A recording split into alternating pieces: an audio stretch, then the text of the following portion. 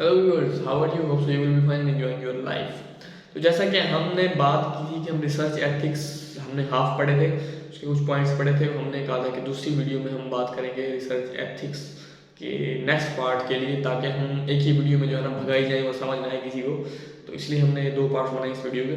तो दूसरे पार्ट में जो है ना हम बात करने जा रहे हैं, उससे नेक्स्ट जो है ना जो पॉइंट है वो है responsibility and accountability of the researcher. अब जो रिसर्च प्रोजेक्ट कर रहा है, जो बंदा काम कर रहा है, उसकी रिस्पॉन्सिबिलिटी क्या है, उसकी अकाउंटेबिलिटी क्या है, उसकी क्या जिम्मेदारी है भाई, ये भी तो जानना जरूरी है। इसमें क्या है, apart from the correct attribution, honesty is essential in the substance of what you right. जो चीज़ आप अपनी रिसर्च में लिख रही हैं उसमें ऑनेस्टी होना बहुत ज़्यादा ज़रूरी है। जो चीज़ आप लिख रहे हैं वो सच होनी चाहिए भाई, झूठ नहीं बोल रहा हूँ, ये चीज़ है। You do have responsibilities to fellow researchers, respondents, the public and academic community। जो चीज़ आप लिख रहे हैं ना उसमें आपको ये पता होना चाहिए कि जो पब्लिक है, जो अदर एडवाइजर्स हैं, जो और रिसर्चर्स हैं, जो भी बंदे हैं जो इसको पढ़ेंगे या पढ़ने वाले हैं, पढ़ने का इल्म रखते हैं, उनको इससे कोई तकलीफ नहीं होनी चाहिए। मतलब आप किसी को बुरा भला नहीं कहेंगे इसमें, आप इस तरह से उसमें राइट करेंगे कि सबको पसंद आए। पसंद ना आए तो बुरा भी ना लगे, मतलब किसी की दिल आज़ारी नहीं करनी, ये बात इसमें कही गई है, ठीक है। मतलब आपने ये सोचना है कि लोग किस तरह से इसको जो है ना डील करेंगे, इसको रिस्पॉन्ड कैसे करेंगे, ये चीज़ें आपने माइंड रखनी है। तो accurate description are required for what you have done. वही बात, आपने जो चीज़ लिखनी है एक्यूरेट लिखनी है, कोई गलत बयानी नहीं करनी, ठीक है। हाउ यू हैव डन, ये भी बताना है कि आपने ये सब कुछ कैसे किया है अपने रिसर्च में। ये बताना है आपने कि how you have done your research, the information you obtain, आपने जो इंफॉर्मेशन ली है इस रिसर्च के लिए वो कैसे ली है, the techniques you use, how मतलब और how you use the techniques to complete your research, okay. The analysis you have done, analysis जो आपने किया है, जो डाटा कलेक्ट किया उसके ऊपर मतलब इंटरप्रेट किया, एनालाइज किया, वो सब कुछ कैसे किया, टेक्निक्स कौन सी यूज़ किए हैं, कौन सा मेथड यूज़ किया है, सब सब बताना है आपने, ठीक है। मतलब आपकी जिम्मेदारी ये है कि आपने तमाम रिसर्चर्स और रिस्पोंडेंट्स और पब्लिक और सबका साथ देना है, ठीक है। वजाहत जो आप देंगे वो सही होनी चाहिए कि आपने क्या किया है, कैसे किया है, जो इल्म लिया है, जो इंफॉर्मेशन ली है, जो तरीका इस्तेमाल किया है, जो तजज़िया किया है, जो नतीजा निकाला है, सब कुछ बताना है भाईजान। ये आपकी जिम्मेदारी है जो रिसर्चर बंदा जो रिसर्च कर रहा होगा, ठीक है। उसके बाद डाटा एंड इंटरप्रिटेशन, जो नेक्स्ट पॉइंट है रिसर्च एथिक्स का। अच्छा, अब although it is difficult and some maintain that it is impossible to be free from bias, restoring your data or results knowledge is a serious lapse of honesty।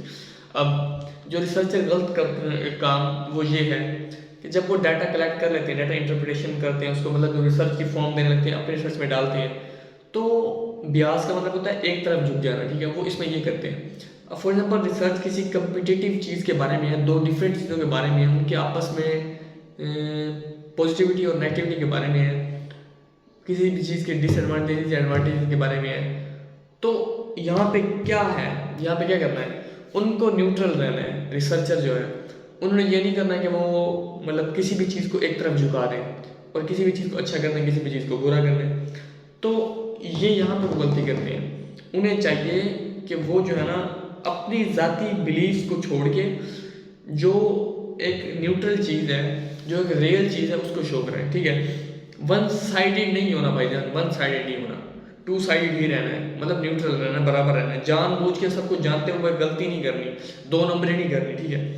जिस data पर आप research करने लगे हैं वो सही तरीके से एक्सप्लेन किया जाना चाहिए, ठीक है।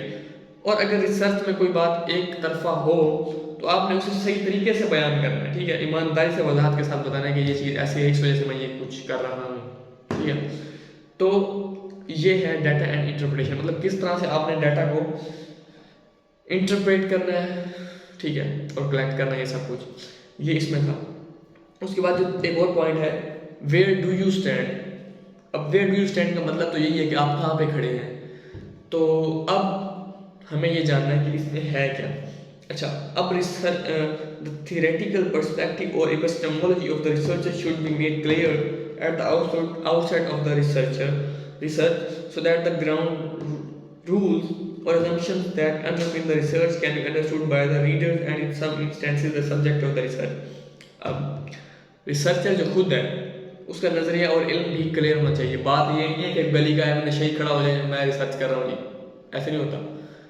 समझदार लोग, स्कॉलर लोग जिनको पता हो, जो ऑलरेडी काम कर चुके हो, जिन्हें एक्सपीरियंस हो, जो उन लोगों के साथ काम कर चुके हो, जो इस तरह के काम पहले कर चुके हो, जिनको पता हो rules, ethics, guidelines, method, designs सब कैसे लेके चलना है, वो रिसर्च कर सकती हैं। हमारी तरह के अनाड़ी लोग नहीं कर सकते, ठीक है। तो मतलब मेरी तरह के, आप तो शायद हो। तो बात यह है कि एक आउटसेट जो आपको दिया गया, एक गाइडलाइन जो दी गई, उसको फॉलो करते हो, जो उसको फॉलो करना जानता हो, जो एक्सपर्ट बंदा हो, उसको चाहिए कि वो रिसर्च करे। ये हमारा एक आखिरी पॉइंट हम जो डिस्कस कर रहे हैं। तो उसका अपना माइंड सेट क्लियर होना चाहिए, उसका अपना आइडियाज़ क्लियर होना चाहिए, उसको नॉलेज होना चाहिए, ठीक है। वो एक जो है ना अनएथिकल बंदा ना हो, खुद ही उसके खुद की भी अच्छी एथिक्स होनी चाहिए, उसे पता हो कि कैसे मैं काम कर रहा हूँ। अगर खुद एथिकल ना भी हो लेकिन उसे ये पता हो कि रिसर्च एथिक्स का कैसे ख्याल रखना है, रिसर्च में एथिकल कैसे बनना है, तो हर चीज़ उसकी क्लियर होगी तो वो रिसर्च सही करेगा, ताकि रीडर्स के भी हर चीज़ वो क्लियर करा सके। तो जब बंदा खुद ही एक तरफा हुआ तो जब रीडर्स उस चीज़ को पढ़ेंगे जो वो मतलब कर रहा है, तो तब कहाँ से बात करेंगी, जब वो खुद ही रीडर्स की माइंड सेट ख़राब कर रहा है, वो लिख लिख के रीडर्स भी वही समझेंगे कि ये बंदा सही कर रहा है शायद, तो इसलिए जो है ना रीडर्स का भी माइंड सेट ख़राब होगा। तो सबसे बड़ी बात यह है कि उसका खुद का माइंड सेट अच्छा होना चाहिए, ताकि वो रीडर्स का भी माइंड सेट अच्छा करा सके। तो पर्सनली जो है ना किसी चीज़ को वो डिसलाइक ना करे, पर्सनली ज़ातियात की बिना पे आके वो रिसर्च ना करे, ठीक है। वो न्यूट्रल हो गया, जैसे हमने प्रीवियस पॉइंट में बात की, न्यूट्रल होना चाहिए बंदे को। तो फिर अगर वो उसकी किसी के साथ दुश्मनी है तो फिर वो यूँ करे, किसी भी सही चीज़ को गलत बयान कर दे और सब बंदा समझे ये सही बंदा सही कह रहा है, ठीक है। क्योंकि राइटिंग पे लोग जो है ना वो सोचते हैं कि हाँ राइटिंग ट्रू होती है, तो ट्रू भी होती है, लेकिन अगर इस तरह का बंदा हुआ जो किसी भी चीज़ को ज़ाती तौर पे डिसलाइक कर रहा है, तो वो उसे भी रिसर्च में मतलब हेट की नज़रों से देखेगा। तो इससे अच्छा है कि वो ऐसा ना करे। तो ये सब जो मेन पॉइंट्स थे हमने डिस्कस कर लिए हैं। तो जी उम्मीद है कि आपको रिसर्च एथिक्स जो है कंप्लीट समझ आ गए होंगे। तो मिलते हैं किसी नेक्स्ट वीडियो में, तब तक के लिए गुड बाय।